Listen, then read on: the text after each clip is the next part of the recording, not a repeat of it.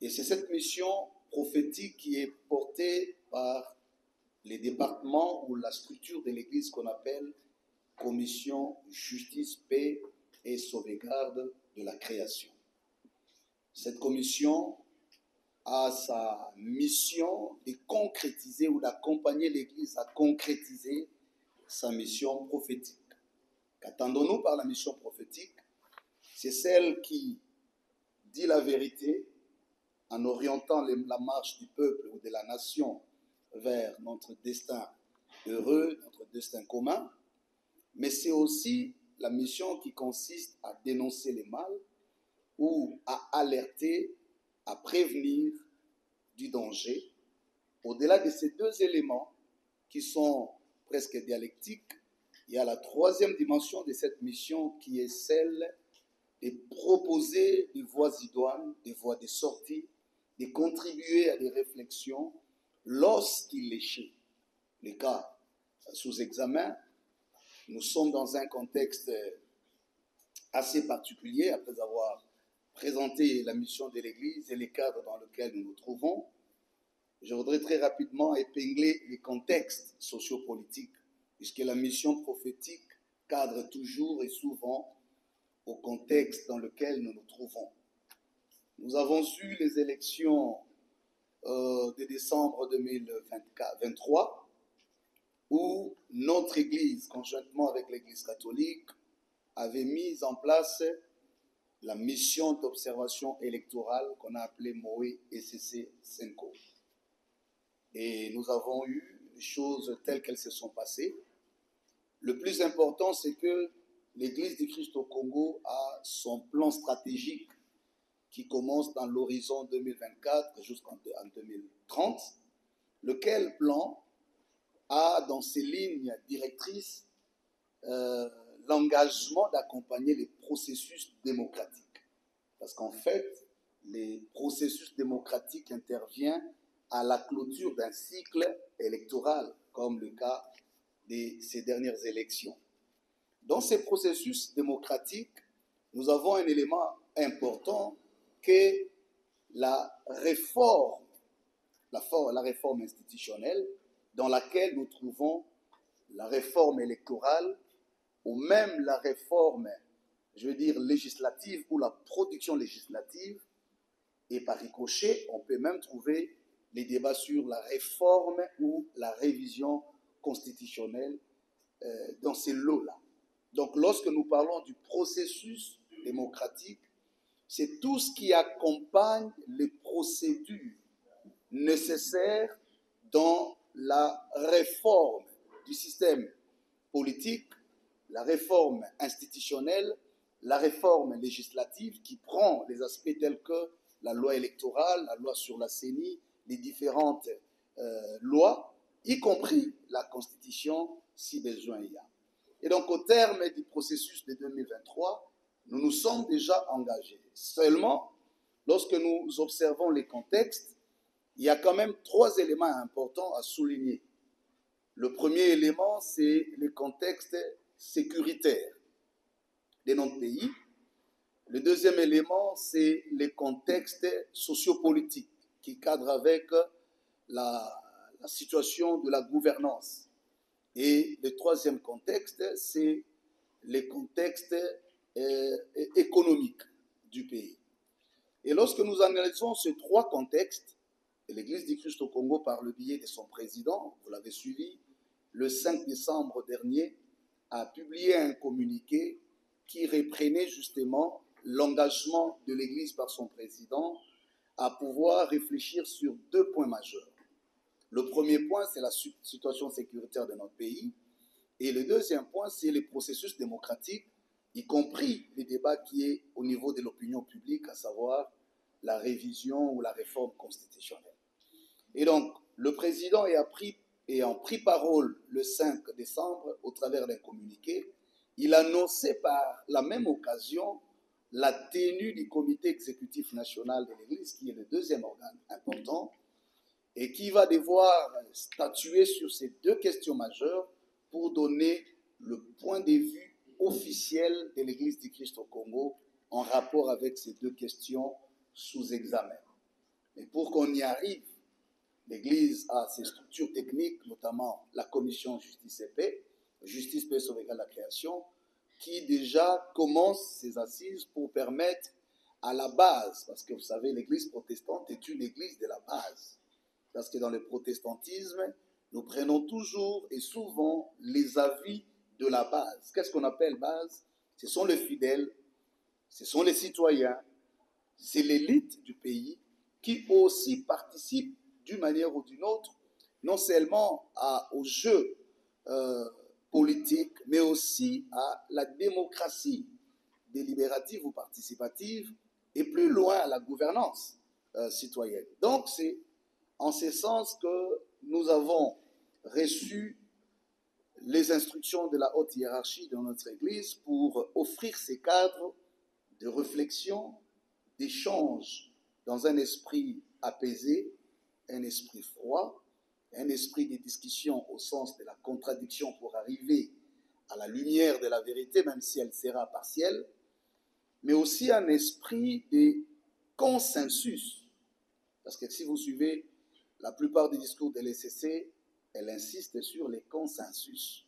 Parce qu'elle estime, dans un pays à paradigme pluriel comme le nôtre, où l'émergence des opinions doit être libre, mais en même temps, la convergence vers les options majeures à lever doit faire l'objet, la convergence doit faire l'objet des consensus. Donc, les consensus, c'est pour nous un leitmotiv qui signifie même le sens du Congo en tant que nation, une nation plurielle, avec diversité des langues, diversité d'ethnies, diversité des religions, diversité des courants politiques, diversité des disciplines des scientifiques.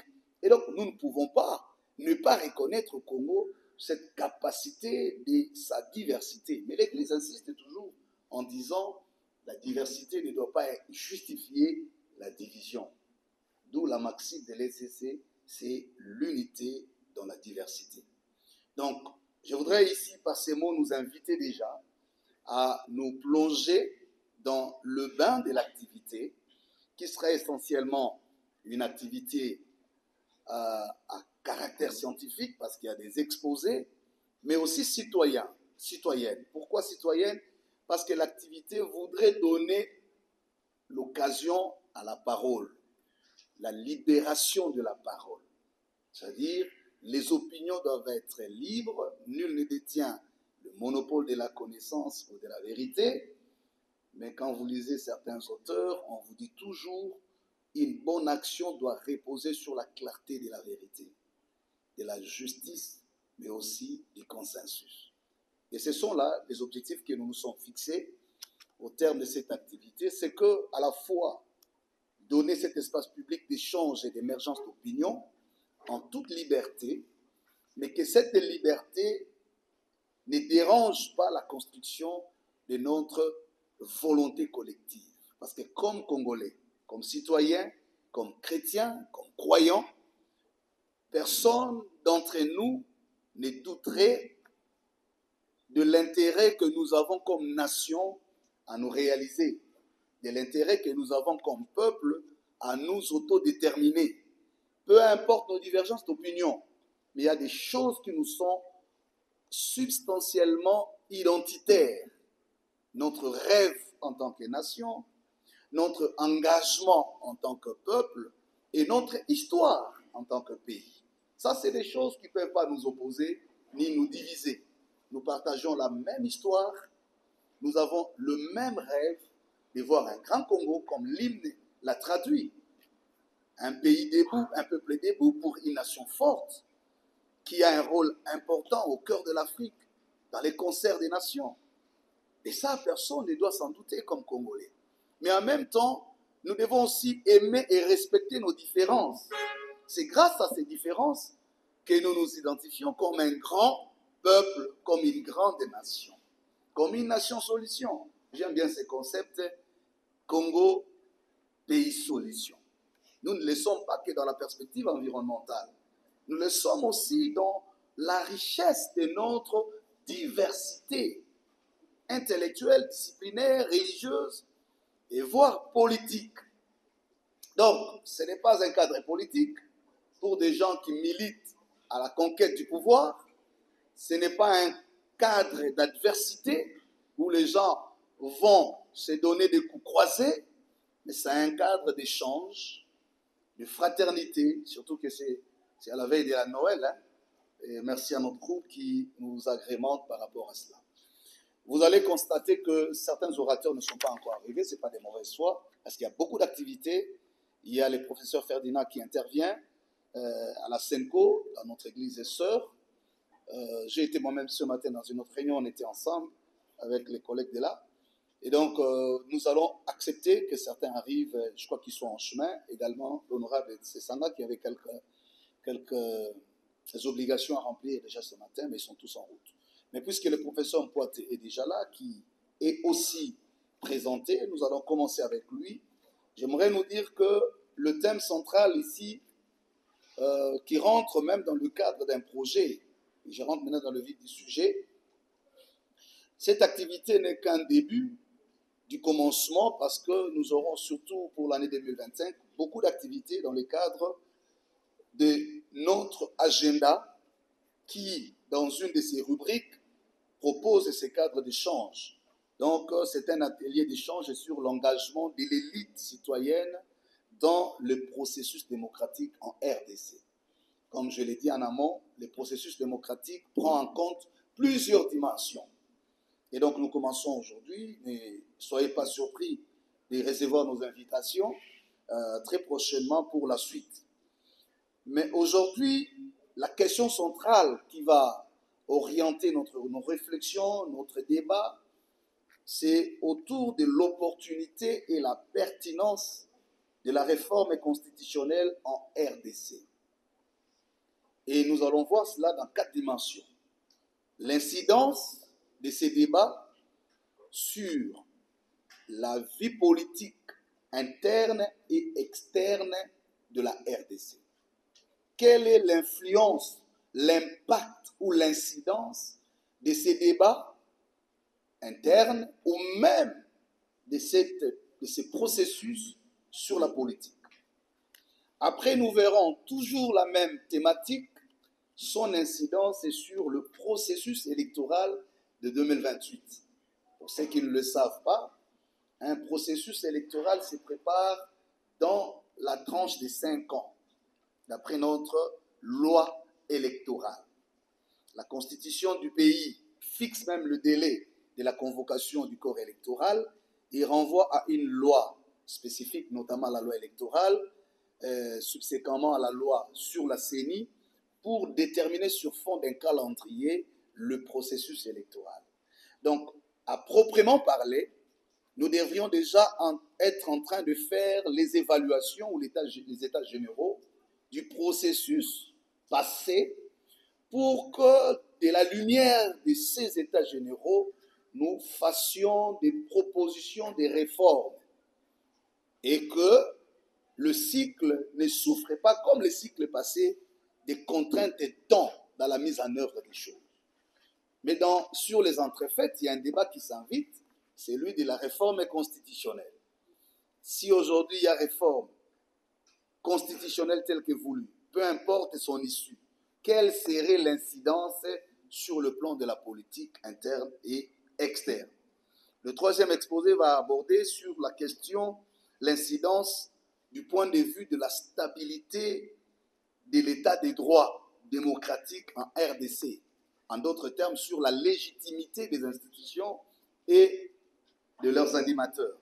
Et le dernier exposé va revenir sur l'incidence de ces débats en lien avec le pacte républicain sur lequel repose l'ordre constitutionnel en vigueur. Voilà les différentes thématiques dans leurs orientations. Et sans plus tarder, je voudrais déjà laisser la parole au premier intervenant qui venait d'être présenté, le professeur Mpoité. Je reviens plus sur sa présentation. Et professeur, le discours de l'Église reste celui-là, les consensus. Nous ne le disons pas en vain, comme cela a été dit, le Congo est un paradigme pluriel du point de vue ethnique, du point de vue religieux, du point de vue politique, du point de vue scientifique. Et tous les auteurs qui ont écrit sur le paradigme pluriel en termes de contrat social se mettent d'accord sur la place et le rôle du consensus dans la conservation du mythe fondateur que les autres appellent pacte républicain. Vous ne pouvez pas penser une société moderne qui est déjà pluraliste et qui doit avoir un contrat social sans un consensus préalable. Donc, je fais ces rappels pour nous dire, les consensus appellent aussi l'acceptation des différences. Les consensus appellent la tolérance. Les consensus appellent la transcendance. On ne peut pas aller dans un consensus en restant bloqué dans ses opinions personnelles. Parce que des opinions des autres peuvent jaillir la lumière. D'où l'intérêt de cette dialectique. Nous avons 3 niveaux de consensus. Il y a la première base, c'est le niveau scientifique. C'est comme ça que les choix des orateurs tenaient compte de cette dimension scientifique. Même le tout dernier orateur qui a parlé dans sa casquette des politiques, acteurs politiques, mais a commencé par poser les jalons scientifiques. Du premier auteur, le professeur Mpoité, qui est aussi professeur politologue, tout le monde, que ce soit le professeur Ferdinand, qui est parti parce qu'il y a une autre urgence, il était ce matin à la Senco, ou le professeur Gaspard Ngondakoy, qui a transmis, il devrait être en fait en visioconférence, mais vous avez vu, le courant nous a perturbés, et les groupes, curieusement, a refusé de fonctionner. Mais j'ai dit merci pour les orateurs qui se sont sacrifiés pour parler dans ces conditions. Donc, considérez ici notre démarche. Nous ne voulons pas parler comme des hommes et des femmes sans fondement. Nous devons d'abord poser la science qui a un caractère impersonnel comme la première base. Le deuxième niveau, c'est le niveau politique.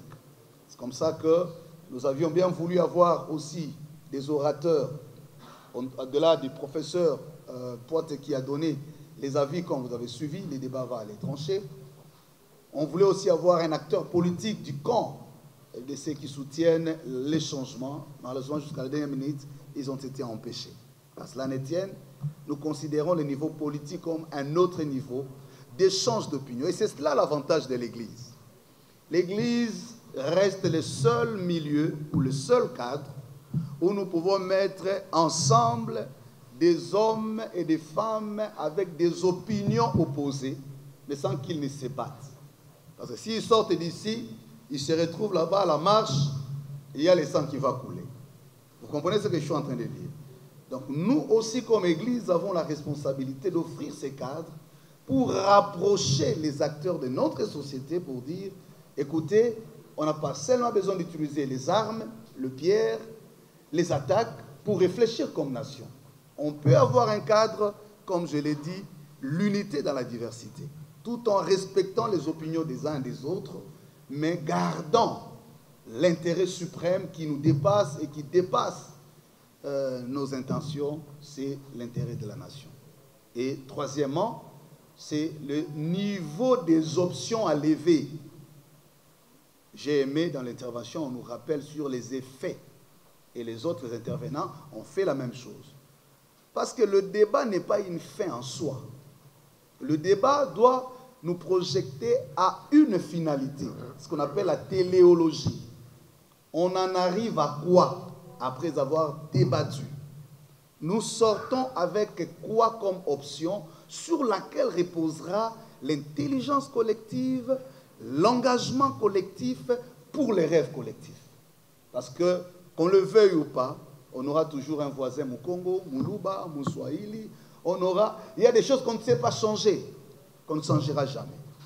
Voilà. J'avais l'intention de dire Amen, mais je me suis rappelé que je ne suis pas à l'église. Voilà. Donc, je voudrais laisser la place au directeur Jean-Christophe Elembo, qui va nous conduire sereinement dans la discipline, dans l'amour, dans la grandeur d'esprit. Nous voulons une élévation d'esprit. Vous comprenez, les orateurs ont eu cette élévation d'esprit. Soyez très à l'aise, poliment, avec élégance. Nous pouvons poser des questions mais ne revenez pas au débat. Ne nous expliquez pas des nouvelles théories. Allez droit au débat. Nous voulons nous en tenir au respect du temps. Pour finir, directeur, je vous en prie. Merci. Merci de l'opportunité que les organisateurs de la journée d'aujourd'hui permettent à ce qu'on puisse avoir un débat sur cette question qui divise la nation, mais qui ne le devrait pas. Parce que je pense qu'un pays devrait avoir l'habitude, dans le temps, de résoudre certains problèmes et de pouvoir aborder d'autres. Et j'ai toujours eu cette boutade. Si on avait le don de réveiller les morts, si Lumumba revenait aujourd'hui, Tshombe revenait aujourd'hui, Mobutu, tous ces anciens qui ont vécu à l'époque, ils prendraient parole dans notre débat, le signe que la société n'a pas évolué et que nous avons sur plus de 60 ans aujourd'hui les mêmes débats que l'on pouvait avoir à l'époque. Mais puisque nous sommes dans un atelier, je sais qu'on va dire beaucoup de choses et tout ce que l'on dit n'est pas retenu. Et je voudrais pour ma part, dans le cadre de l'exposé qui m'a été demandé de faire sur l'opportunité et la pertinence de la réforme constitutionnelle en RDC, parler de l'incidence sur le pacte républicain. Et commencer d'abord par des outils, parce que je souhaiterais, et c'est le sens de la sensibilisation parfois que nous faisons, que vous puissiez avoir les outils, parce que nous sommes dans un atelier, que vous soyez dotés des instruments qui vous permettent d'analyser et d'aller dans ces débats avec beaucoup plus d'assurance. Et je voudrais donc commencer cet exposé par détruire 3 idées qui circulent et qui sont nocives pour le débat, mais qui sont autant de contre-vérités parce qu'il est beaucoup plus facile de les démonter.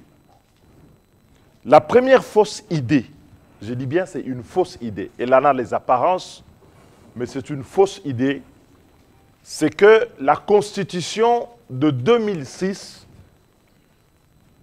est l'œuvre des étrangers, que la Constitution de 2006 a été élaborée par les étrangers et n'est donc pas un outil qui nous permet de préserver la souveraineté nationale. Évidemment, cela fait appel à l'émotion.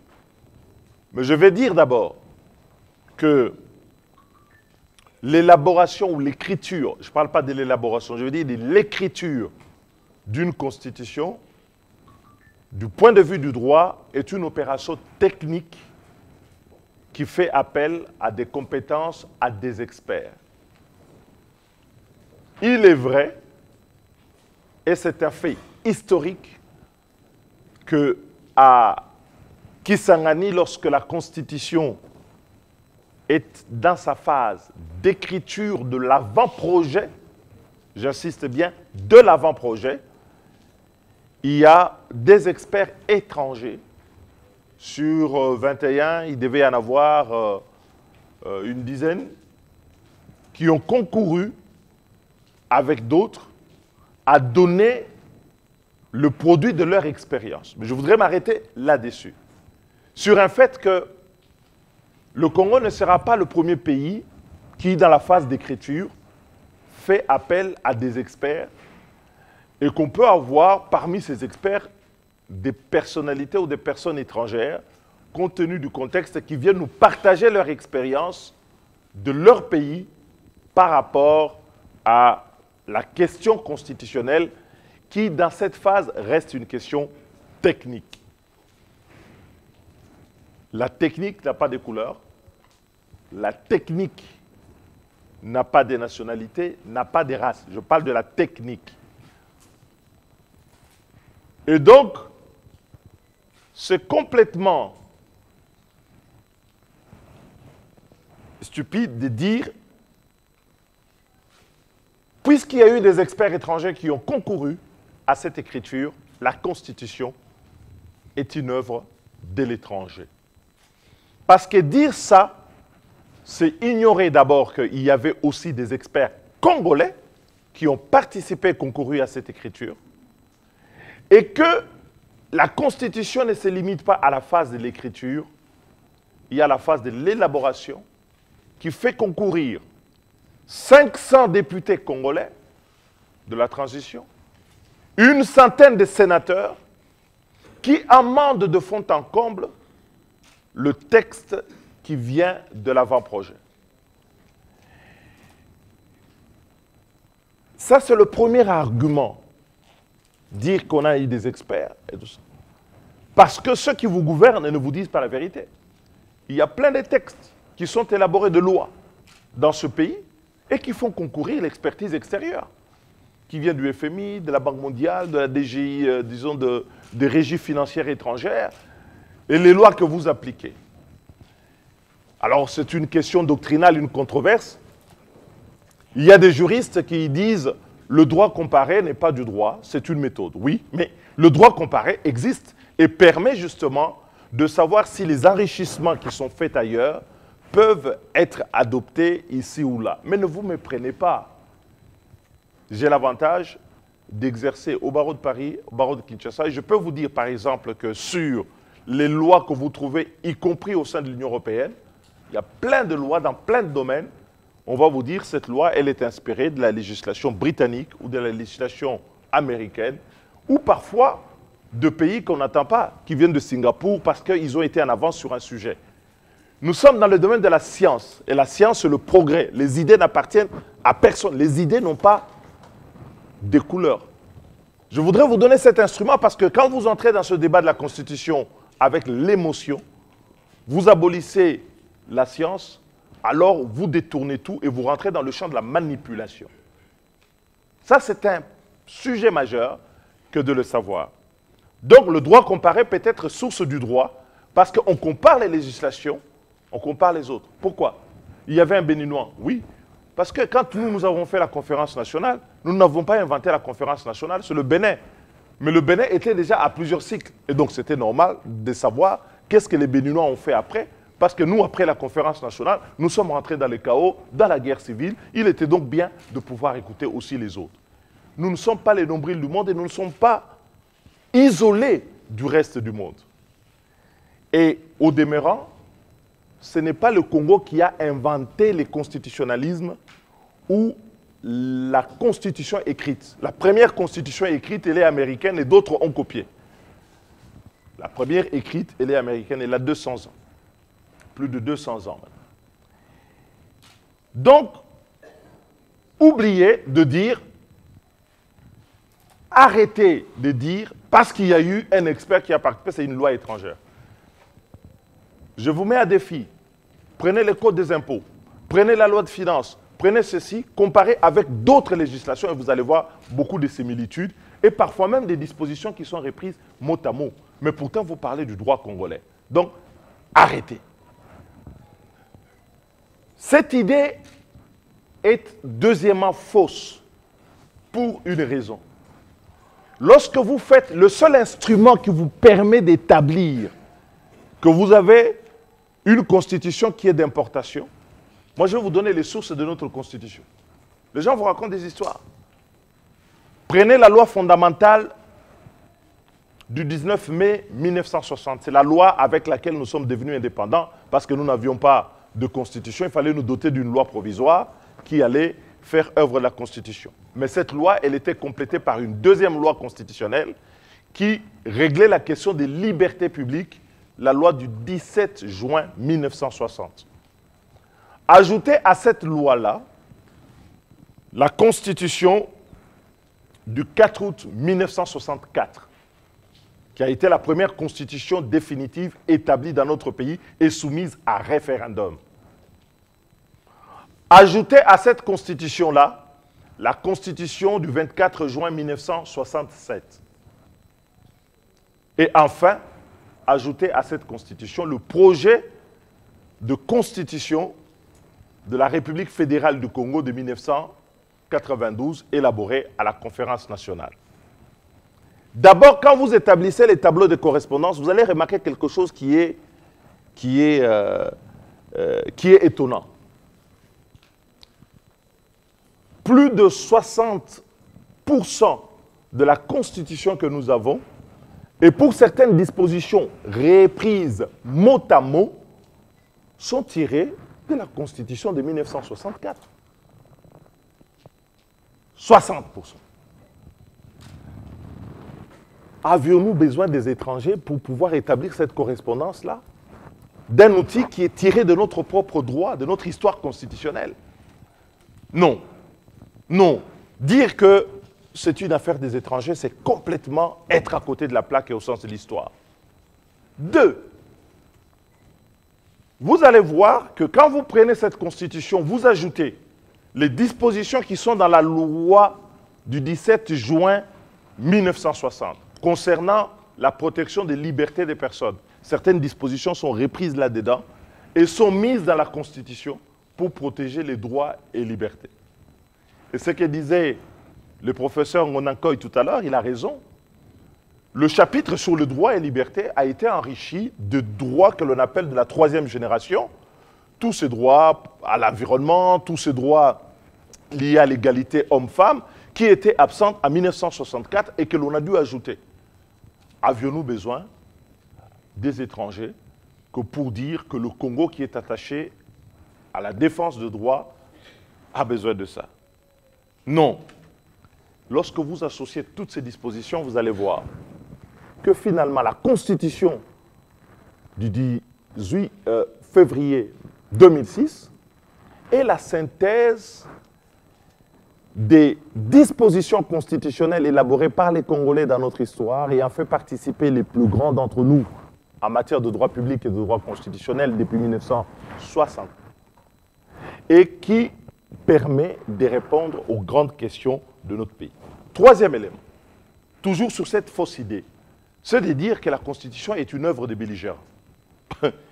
Vous savez, on a dit aux Congolais parfois, je publie l'année prochaine les mémoires de la Constitution avec tous les détails, parce que je pense que ce document est important, parce que dans la phase d'élaboration, c'est de l'adoption de la Constitution, des discussions de la Constitution, chacun est réduit à son souvenir personnel et il invente une histoire.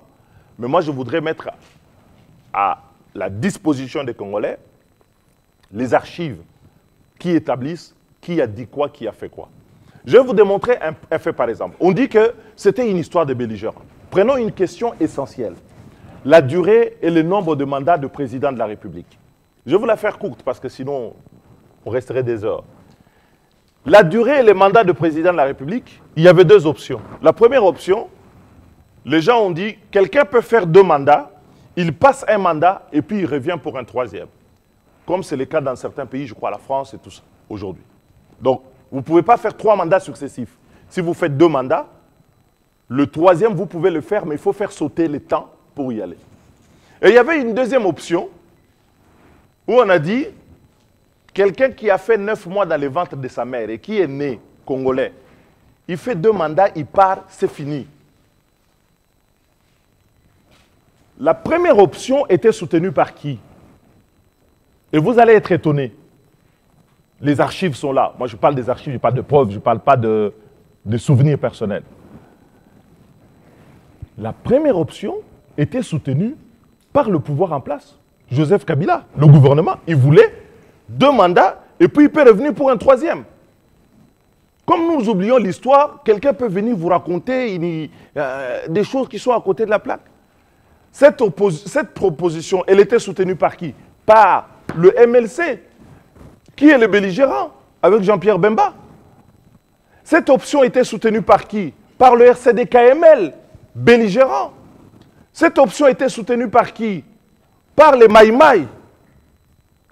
Lorsqu'on vient au débat et qu'il faut départager les deux, il y a des interventions qui se passent. Et c'est pour ça que vous devez aimer votre constitution et connaître votre histoire.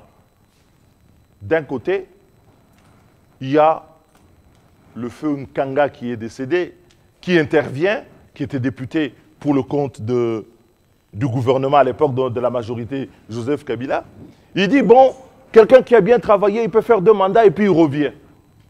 Bon, il est soutenu par Nkulu Mwenze, qui est décédé aussi. Mais les archives sont là.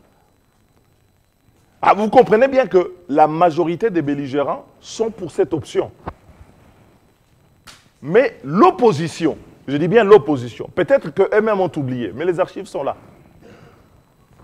Il y a Mbouyi Alafuele, député de l'opposition non armée, non belligérant, qui intervient, qui dit ceci. Nous sommes en Afrique, la démocratie, le respect de l'état de droit n'est pas quelque chose qu'on va avoir immédiatement. Nous savons comment les élections se passent en Afrique. Et que celui qui est élu se débrouille pour tricher la seconde élection.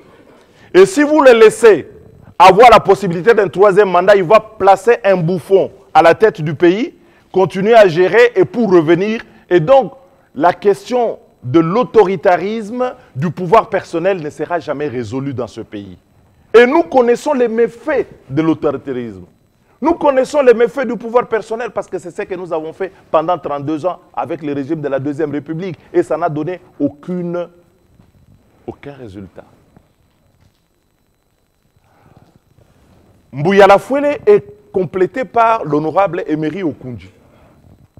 Et vous savez quand on va au vote, parce que quelquefois les consciences parlent, on dit que les Congolais n'ont pas conscience et qu'ils votent pour leur camp. Les gens ont voté pour cette deuxième option qui est devenue l'option qui est dans la Constitution.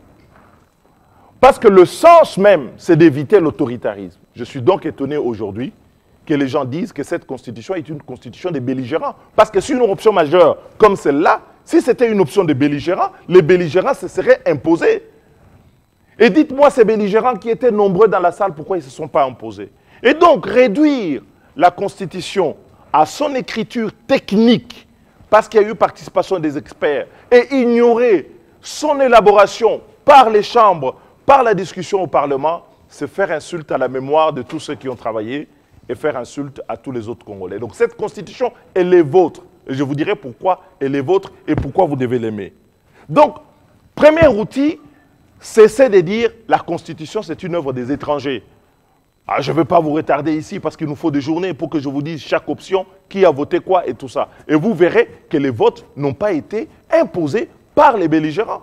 Ça a été une discussion ouverte pour laquelle l'intérêt national, quelquefois et très souvent, a été sauvegardé. La deuxième fausse idée, j'entends ça chez des gens, la deuxième fausse idée dont il faut vous défaire définitivement à l'issue de cette discussion, c'est la soi-disant fausse réalité qu'on dit, la réalité congolaise. Nous voulons une constitution qui est conforme à la réalité congolaise. Mais seuls les acteurs qui manquent le sens de l'histoire parlent de la réalité congolaise. D'abord, souvent, quand on parle de la réalité congolaise, ceux qui évoquent la réalité congolaise ne pensent qu'à leur tribu, à leur clan. Parce que le Congo est une entité historique, elle est datée. C'est 1885, c'est l'œuvre de Léopold II. Ce n'est pas une honte de le dire, parce que dans l'hymne national, nous avons dit, nous sommes unis par le sort, donc nous acceptons cet héritage-là. Et donc la question qui se pose à nous, ce n'est pas que chacun vienne nous reproduire au sein de l'État la réalité de sa tribu, de Mupompa, de Mahagi, de Uvira, de Bolomba. C'est qu'ici, on puisse créer une modernité qui réponde aux questions de coexistence de toutes les tribus au Congo, qui crée une coexistence entre toutes les sensibilités politiques au Congo et donne à ce pays la stabilité qui est la condition première de son développement. Et sur ce point, vous pouvez noter, quand vous prenez le commentaire sur les mémoires de la Constitution de 1964, je vais citer un éminent professeur, respecté de tous, mais qui, sur le coup, s'était rendu compte qu'il s'était trompé après. Je vais parler de Marcel Liaou, qui a commenté la Constitution de 67. Je cite. Quand ils ont mis en place la Constitution de 67, Marcel Liaou justifie comme ça. Il dit « L'idée d'un pouvoir fractionné dont les organes seraient destinés à s'affaiblir mutuellement ne correspond pas à la conception traditionnelle de l'autorité. » Point. Parce que dans la culture bantoue, le chef doit exercer le pouvoir, mais le pouvoir absolu. Mais c'est que Marcel Yaou oubliait en 1967, qui combattra après, hein, parce que ça c'est en 67 quand il faut la Constitution. Mais 10 ans après, il sera membre de l'UDPS et ils vont combattre en disant non, l'homme organe, le président qui a tous les pouvoirs, ce n'est pas moderne. Et ils avaient oublié qu'en 67, ils avaient parlé de pouvoir bantou. Faites attention. Ne soyez pas de ceux qui disent aujourd'hui, au nom de la réalité congolaise, veulent recréer un pouvoir autoritaire de type traditionnel que l'on vit dans nos chefferies, dans nos traditions coutumières, mais qui ne sont pas les mêmes. Parce que ce qui se vit à Mupompa n'est pas la même chose que chez les Moitiaves, n'est pas la même chose que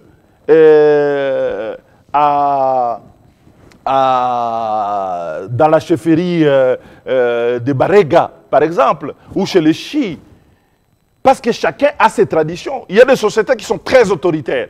Et par un biais de confirmation scientifique, un biais, c'est-à-dire qu'on croit qu'on fait de la science, mais en fait, on ne fait que traduire ses émotions.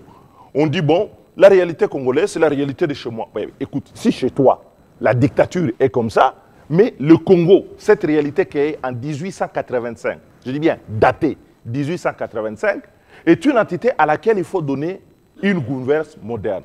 Donc, arrêtez de nous parler de la réalité congolaise, parce que la réalité congolaise, il faut l'inventer. Et nous l'avons inventée avec cette constitution de 2006. 3.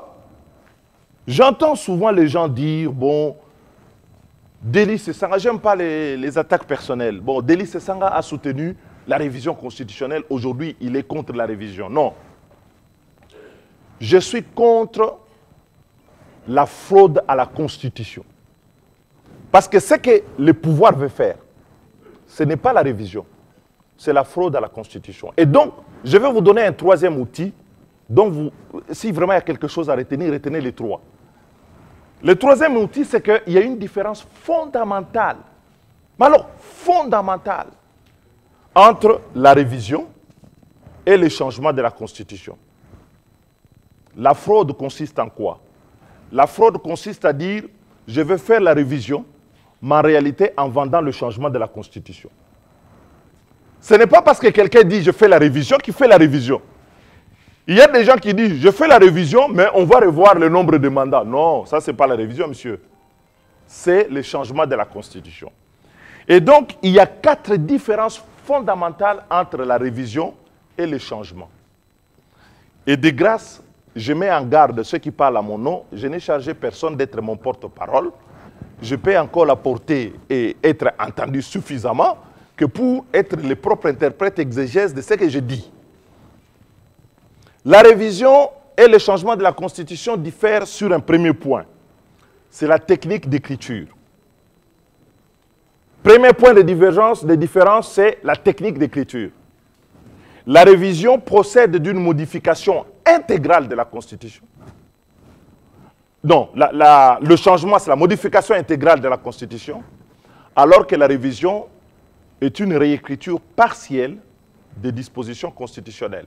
C'est ainsi que quand j'ai parlé et j'ai défendu mon projet sur la révision, j'ai dit qu'il y avait une 50aine de dispositions à voir, dont certaines d'ailleurs recoupent l'exposé qui a été fait ici.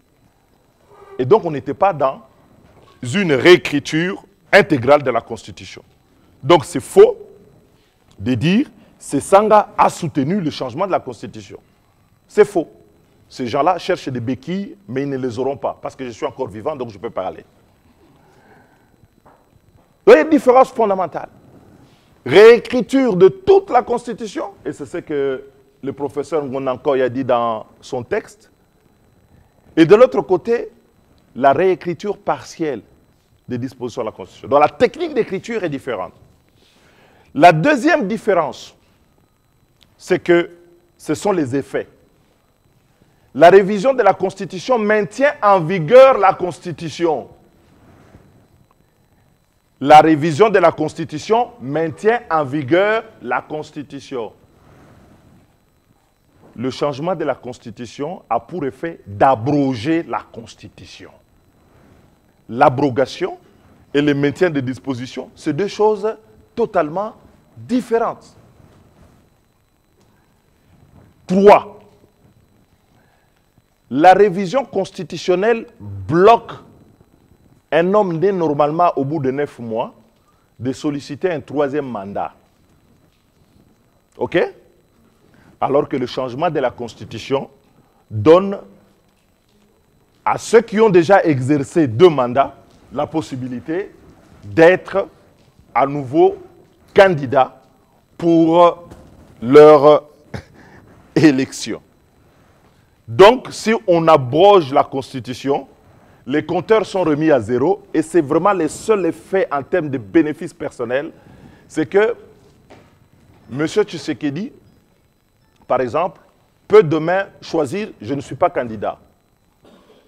Ou il peut dire « je vais repartir parce que les compteurs sont remis à 0 ». Alors ils disent « mais il n'a pas demandé le 3e mandat ». Non. Le sens de l'histoire dans notre pays, c'est d'interdire à qui que ce soit de penser même qu'il peut être candidat pour un 3e mandat, quelle qu'en soit la forme, directe ou indirecte. Et puis, ce blocage est en soi quelque chose, en fait, qui est verrouillé et garanti dans la Constitution par l'article 220. Et enfin, vous avez les faits. Le fait de remettre en cause la Constitution, vous allez reprendre les objectifs que la Constitution a poursuivis. Prenez votre Constitution à la page 5. Quels étaient les objectifs? C'est assurer le fonctionnement harmonieux des institutions, éviter les conflits, instaurer un état de droit, contrer toute dictature, garantir la bonne gouvernance, lutter contre l'impunité et assurer l'alternance politique. Ces objectifs, vous allez les anéantir. Pourquoi?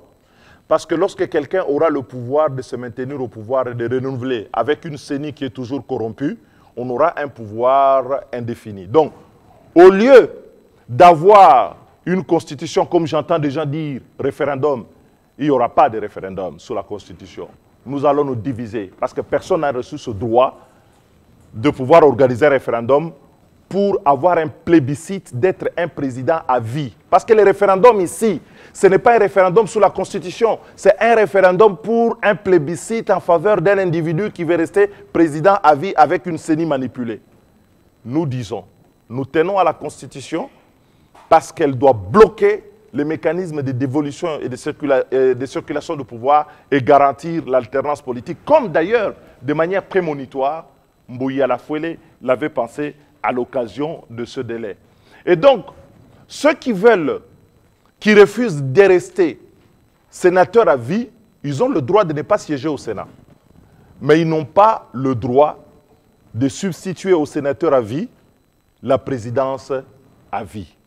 Et donc, quand on dit l'article 220, l'article 220 n'est pas que de la technique juridique, c'est un accord politique.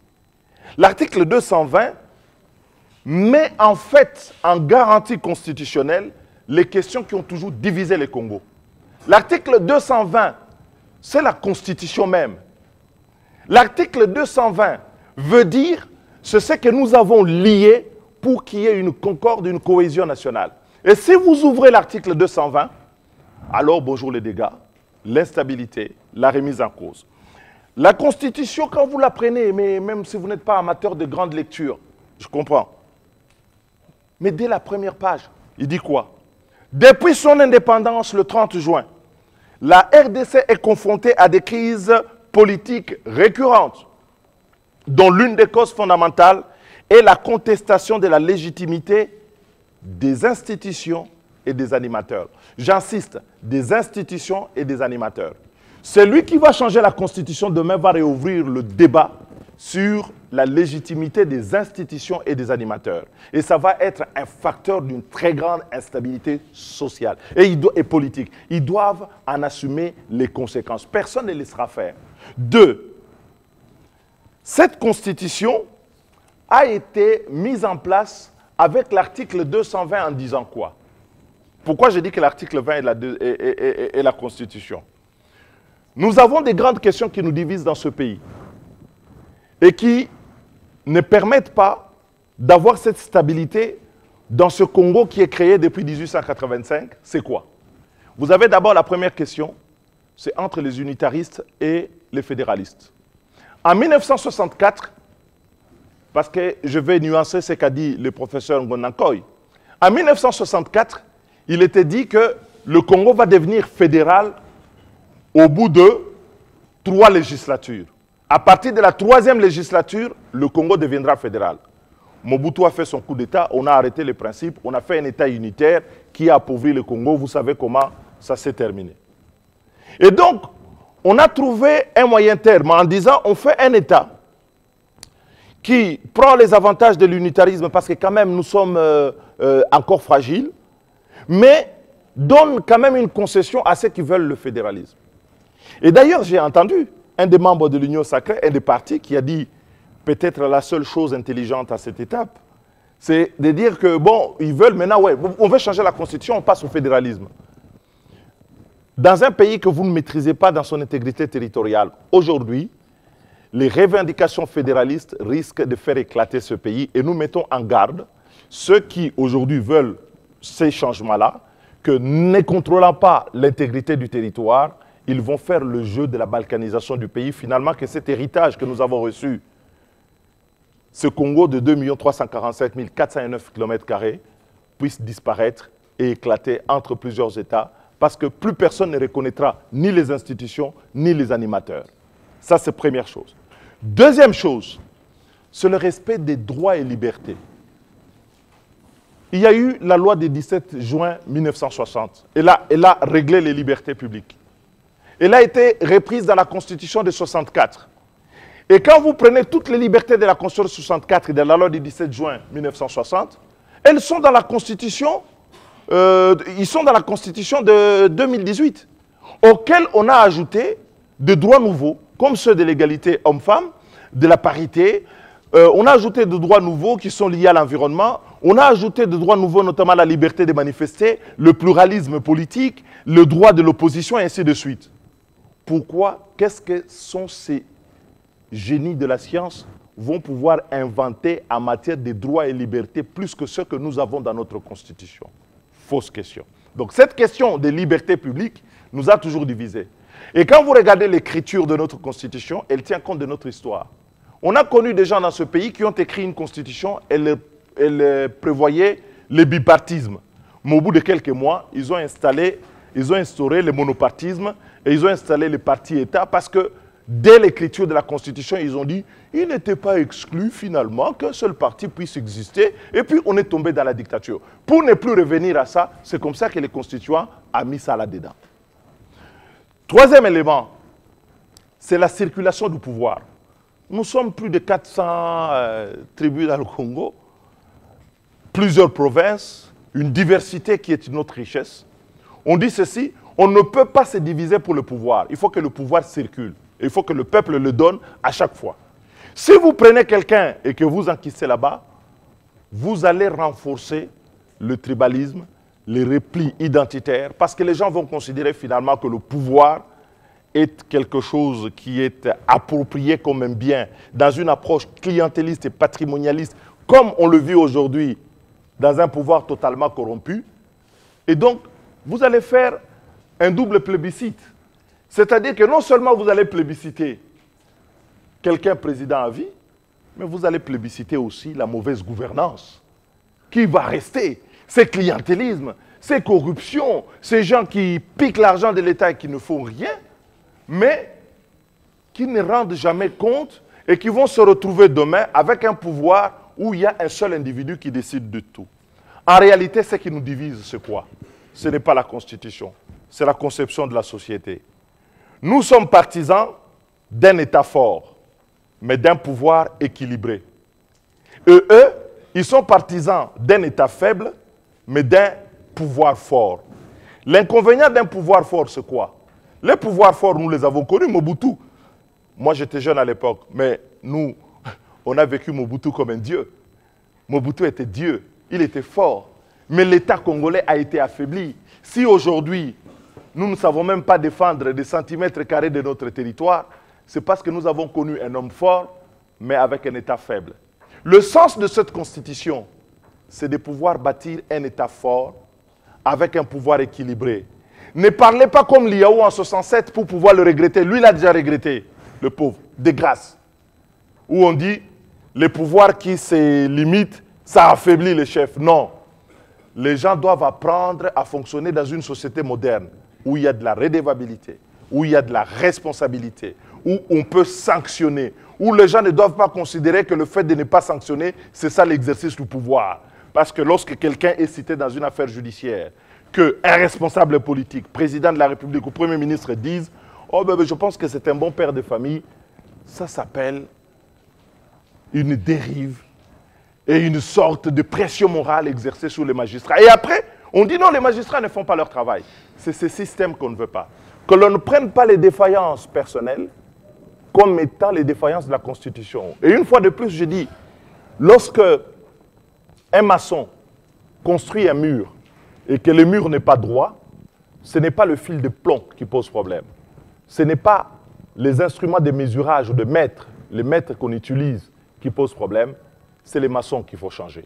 Et donc, je voudrais vous apprendre à aimer les lois de votre pays, à les défendre, plutôt qu'à rechercher des changements que nous avons déjà expérimentés dans l'histoire.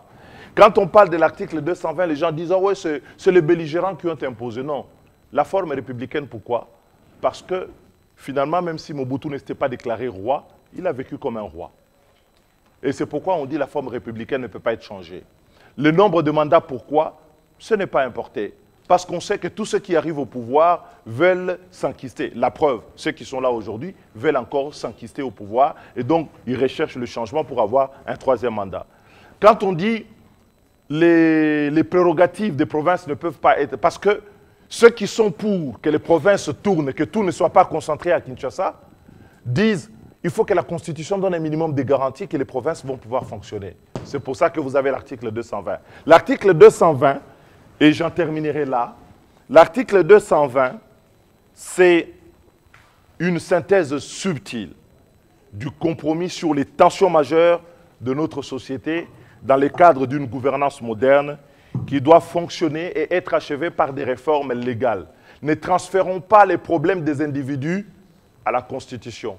Un ministre incompétent, voleur, sa solution, c'est d'avoir une justice qui les réprime. Ce n'est pas de changer la Constitution. Un gouverneur qui ne fonctionne pas correctement, le problème n'est pas dans la Constitution. Posez-vous la question chaque fois que vous voulez mettre de nouvelles lois, si les avantages qu'on vous présente de ces nouvelles lois ne cachent pas des dégâts beaucoup plus importants que les lois que vous voulez supprimer. Et si ces dégâts sont beaucoup plus importants, et si, nourris par l'expérience, vous savez que tel est le cas, alors défendez jusqu'à la dernière énergie votre Constitution. J'ai dit et je vous remercie.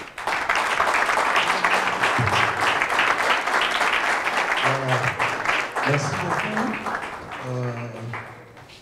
honorable. Je voudrais juste, avec l'autorisation de la modératrice, vous préparer à un moment de débat qui sera conduit par